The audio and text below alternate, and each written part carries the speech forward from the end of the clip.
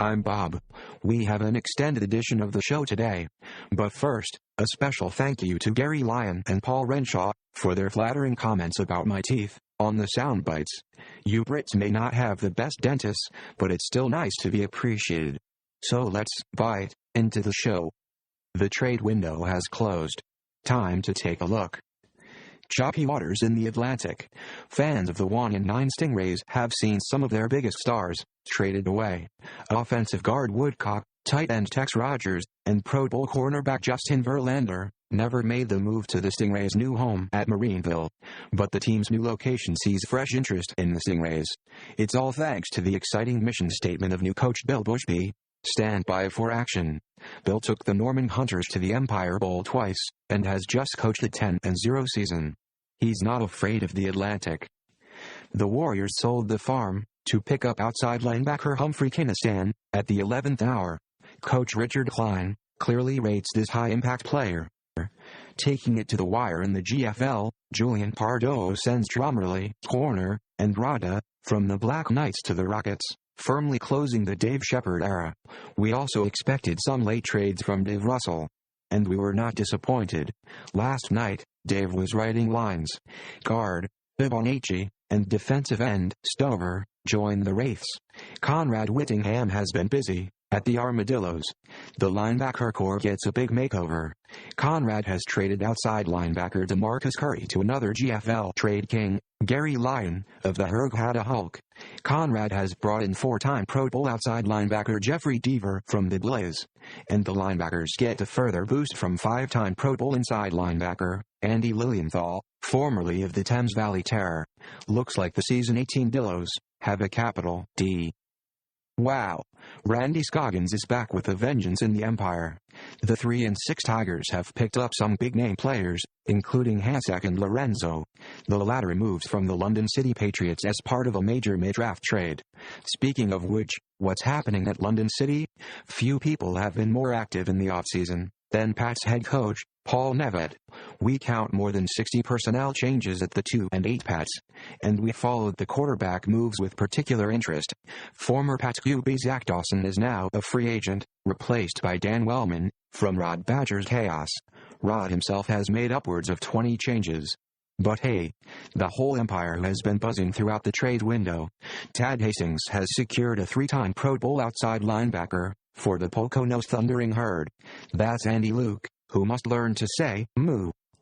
In the Big Sky, the big news is the move of 5-time Pro Bowl running back Derek Darnell Dudley, or 3D, as he's known to fans. 3D has joined Phil Holton's Lincoln Rapiers from Greg Thomason's Rough Riders. We also rate the move of outside linebacker Trey Barnard from the Anchorage Bombers to the Rickmansworth Rivets. The Rivets had the top-rated pass defense last season. Now they want to improve on second for rush defense. Coach Kevin Wallace must be the envy of the league. But hang on, who let the dogs out? In the GFL Continental, David Pratt's New York West Tees traded Peter Petrov to the Reavers and Owen Glendower to the Privateers, both for Season 18 picks. Meanwhile, 4-time Pro Bowl center Chaz Bono moves from Robert Cunningham's Nashville Marauders to the 10-0 Los Angeles Ravens.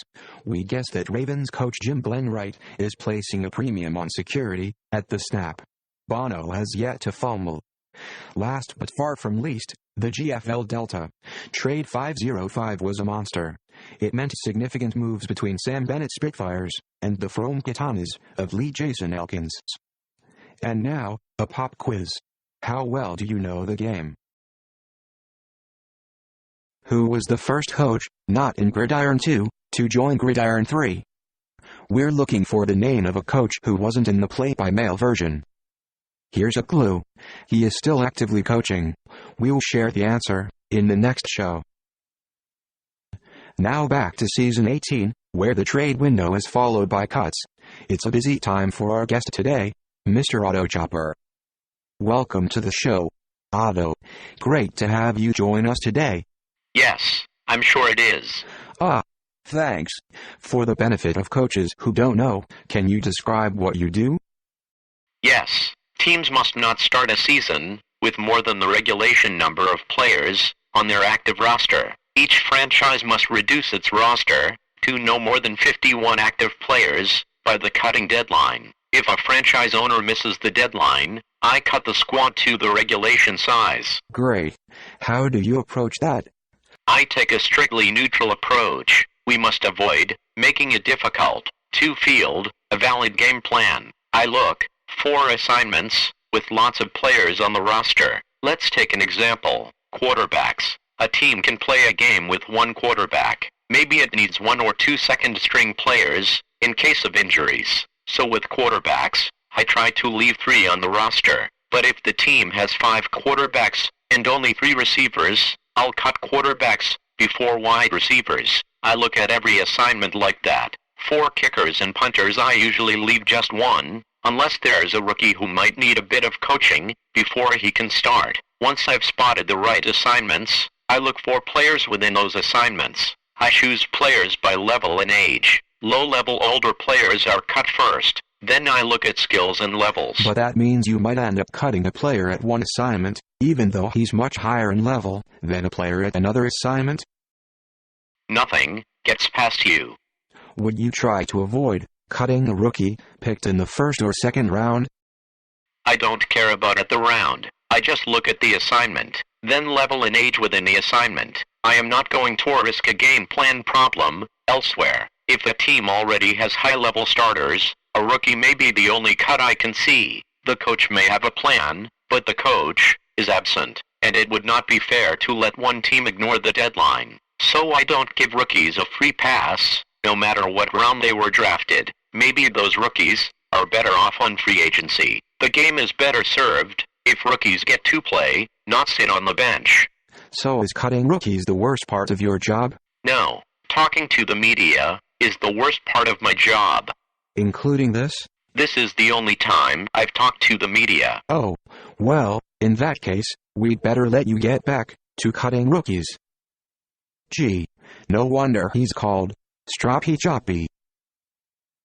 But let's turn to retirements. With the GFL Atlantic and Big Sky about to open their own wings of the Hall of Fame, some big names leave the game as we start season 18. And names come no bigger than Cunningham Himmelsbach, the all-time receiving leader in the GFL Atlantic. The 6-time Pro Bowl receiver has retired from the Salopian Sonics. He must surely be a Hall of Fame contender. Himmelsbach took over 650 receptions and ran in 75 touchdowns in his career, which started with the Islanders. His average catch was over 19 yards. Wow. No wonder he was named the Islanders' MVP in no less than 3 seasons. But he'll have competition as the first receiver into the league's Hall of Fame.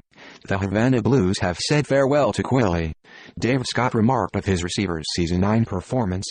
In a balanced offense, it's astonishing that Quilly had time to compile a 2,017-yard, 18 TD season on a 10-game schedule. A formidable season which may never be matched. True dat. And the Atlantic also says goodbye to a 7-time Pro Bowl guard, Bagwell.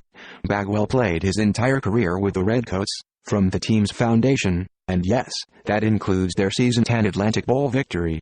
The other 7-time Pro Bowler retiring this season is Eric Von Stalline, returner for the Calgary Bulls in the GFL. Bulls head coach, Paul Norris, has also bid farewell to another of the team's great names, cornerback Mark Weaver. It's been an emotional time in Calgary. Much the same can be said of Black Mountain. Coach Jim Lawrence, of the GFL Continental Thunderbirds, has seen the last of tight end Jamin Bird and quarterback I. They were Pro Bowl players on 5 and 4 occasions respectively. I may have only stood 5'10", but he also stands 4th in the league's career records. Over in the Big Sky, the big names include defensive tackle Rufus Iron at Rickmansworth Rivets, offensive guard Roland Reef at Hitchin Rough Riders. But the biggest departure is probably tight end Paul Quinn of the St. Louis Shadows. Quinn was drafted by coach Julian Pardo with the 96th pick of the Season 9 draft. Let me repeat, 96th. Yes. That's the 3rd round. He went on to represent his conference from Season 10 to Season 15, making 6 appearances in total. 3 times he made over 1,000 yards receiving in a season. He came close in 2 more. Impressive. The Walthamstow Lions in the GFL Empire lose a pair of 2-time Pro Bowlers, wide receiver Albert Hauser and cornerback Tony Stidham. But our last call-out will be to James Strong of the Provo Plague in the GFL Delta. When Nathan Sanford named him the team's MVP in Season 12, he asked, Who else? Hey Nathan, didn't that turn the rest of your Yellow Jackets green? But as Nathan said, he is our biggest weapon. Over 7,500 yards receiving, 4 team MVP awards, 3 Pro Bowl appearances, and 2 further nominations. So, 3 big departures are receivers. Strong, Himmelsbach and Quayle. Which of this year's rookies will be their heirs? Only time will tell. What's next? Get that game plan ready. Richard John and Richard Egan have both asked me to remind you that you should have green ticks on your head coach page before Friday evening. The preseason deadline always takes longer to run than any other. New code is used in anger for the first time. But at the start of each season, general managers' time can be wasted sorting out incomplete game plans. That means a longer turnaround for all of us. And it means more work for me. Those yellow bars don't color themselves. Well, that's all from me for today. The kickoff approaches. To every gridiron coach, the very best of luck for the season ahead. Let's play gridiron, folks.